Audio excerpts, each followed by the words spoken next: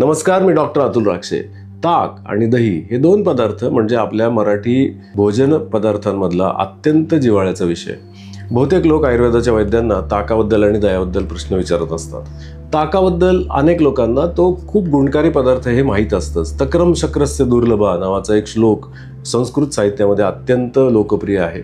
इंद्रदेव सुद्धा स्वर्गामध्ये दुःखी आहे कारण त्याला ताक प्यायला मिळत नाही. मूळव्याधीपासून तर अपचनापर्यंत आणि IBS पासून वेगवेगळ्या पचनाच्या आजारांमध्ये ताकाचं खूप मोठं गुणकारी कार्य होतं हे आपण बघतोच. परंतु दह्याच्या संदर्भामध्ये मात्र काही गोष्टींसाठी गुणकारी आहे. उदाहरणार्थ वातनाशक आहे, परंतु ते उष्ण आहे. दही कधीही एकट्याने खाऊ नये, म्हणजे नुसतं दही खाऊ नये. दह्यासोबत मध, तूप किंवा मुगाचं वरण किंवा सरळ भाजीपोळी जे काही असेल ती खाल्ली पाहिजे. दही शक्यतो दुपारी खावं किंवा सकाळी खावं. रात्री दही कधी खाऊ नये. दही कधी गरम करून खाऊ नये किंवा गरम पदार्थ करत असताना त्यात दही घालण्याची हल्ली पद्धत आहे. दही कधी गरम करून खाऊ नये. दह्यामुळे चिकटपणा अभिष्यंद शरीरामधला वाढतो.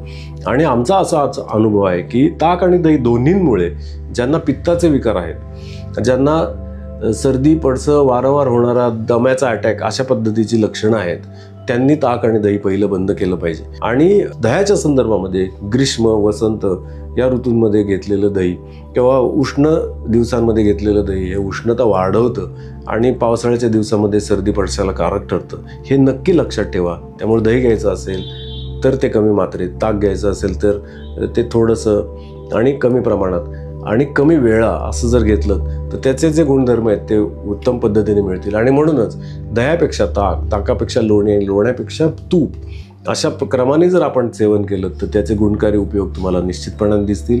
त्यामुळे ताक आणि दही यांचं सेवन करत असताना आवड आणि निवड याच्यापेक्षा आरोग्यावर होणारा त्याचा परिणाम नीट लक्षात ठेवला पाहिजे. धन्यवाद.